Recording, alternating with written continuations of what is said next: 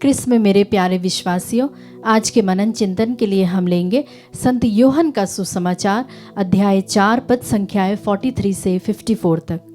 उन 2 दिनों के बाद वह वहां से विदा होकर गलीलिया गए। ईसा ने स्वयं यह कहा था कि अपने देश में नबी का आदर नहीं होता है। जब वह गलीलिया पहुंचे तो लोगों ने उनका स्वागत किया, क्योंकि ईसा ने पर्व के दिनों यरूशलेम में जो कुछ किया था वह सब उन्होंने देखा था। पर्व के लिए वे भी वहां गए थे। वे फिर गलीलिया के काना नगर आए, जहां उन्होंने पानी को अंगूरी बना दिया था।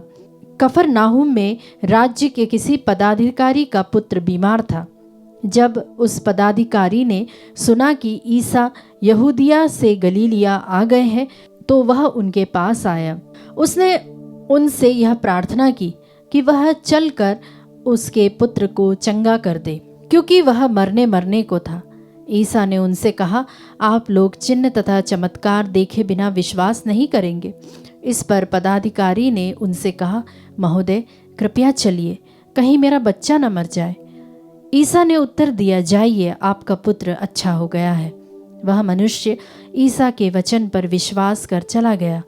वह रास्ते में ही था कि उसके नौकर मिल गए और उससे बोला, आपका पुत्र अच्छा हो गया है। उसने उनसे पूछा कि वह किस समय अच्छा होने लगा था। उन्होंने कहा कि कल दिन में 1 बजे उसका बुखार उतर गया। तब पिता समझ गया कि ठीक उसी समय ईसा ने उससे कहा था, आपका पुत्र अच्छा हो गया है, और उसने अपने सारे परिवार के साथ विश्वास किया।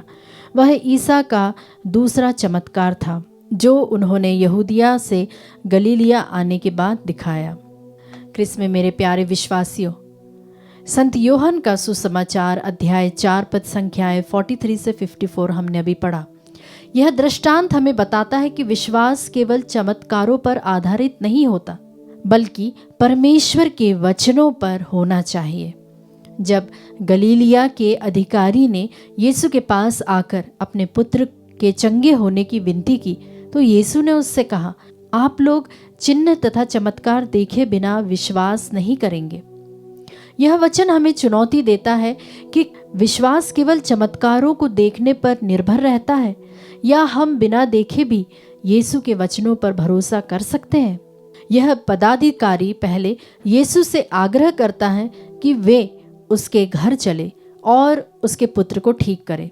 लेकिन जब यीशु ने केवल इतना कहा, जाइए, आपका पुत्र अच्छा हो गया है, तो उसने यीशु के वचनों पर विश्वास कर लिया और घर की ओर लौट गया।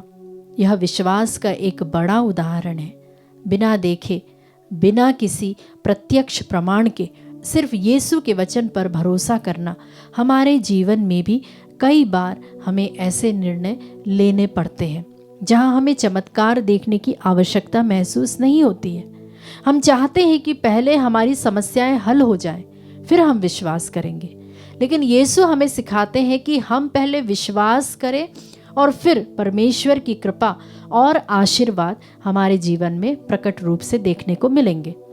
जब पदाधिकारी को अपने नौकरों के यहाँ समाचार मिला कि उसका पुत्र ठीक हो गया, तो उसने समय मिलान किया और पाया कि वही क्षण था जब यीशु ने उसे कहा था, आपका पुत्र अच्छा हो गया है।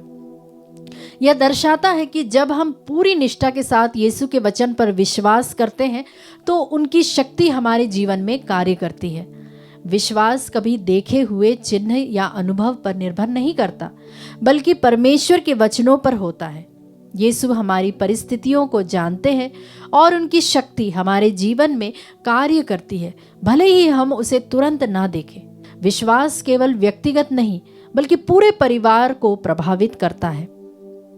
यह अधिकारी केवल स्वयं नहीं, बल्कि अपने पूरे परिवार के साथ यीशु पर विश्वास करने लगा।